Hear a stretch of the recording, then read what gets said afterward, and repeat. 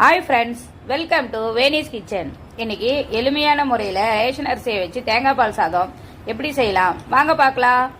ஒரு அகலமான பாத்திரத்தை வச்சுட்டு அது சூடானதுக்கு அப்புறம் எண்ணெயும் நெய்யும் சேர்த்துட்டு அப்புறம் பட்டை லவங்கம் ஏலக்காய் சோம்பு எல்லாம் சேர்த்துட்டு அப்புறம் வெங்காயம் நல்லா வதங்கினதுக்கு அப்புறம் பச்சை மிளகாய் தக்காளி வெங்காயம் உப்பு சேர்த்து நல்லா கிளறி விட்டுட்டு அப்புறம் புதினா சேர்த்துட்டு புதினா நல்லா வதங்கினதுக்கு அப்புறம் 1 கப் அரிசிக்கு 2 கப்பு தேங்காய் பாலை சேர்த்துக்கலாம்.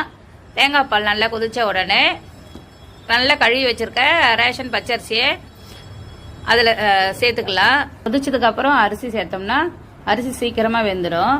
இப்போ உப்பு கம்மியாக இருந்தால் தேவையான அளவு உப்பு சேர்த்துக்கலாம். தட்டு போட்டு மூடியாச்சு.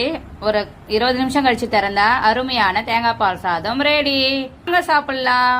இந்த வீடியோ உங்களுக்கு பிடிச்சிருந்தா லைக் பண்ணுங்க, ஷேர் பண்ணுங்க, கமெண்ட் பண்ணுங்க, மறக்காம சப்ஸ்கிரைப் பண்ணுங்க. தேங்க்யூ.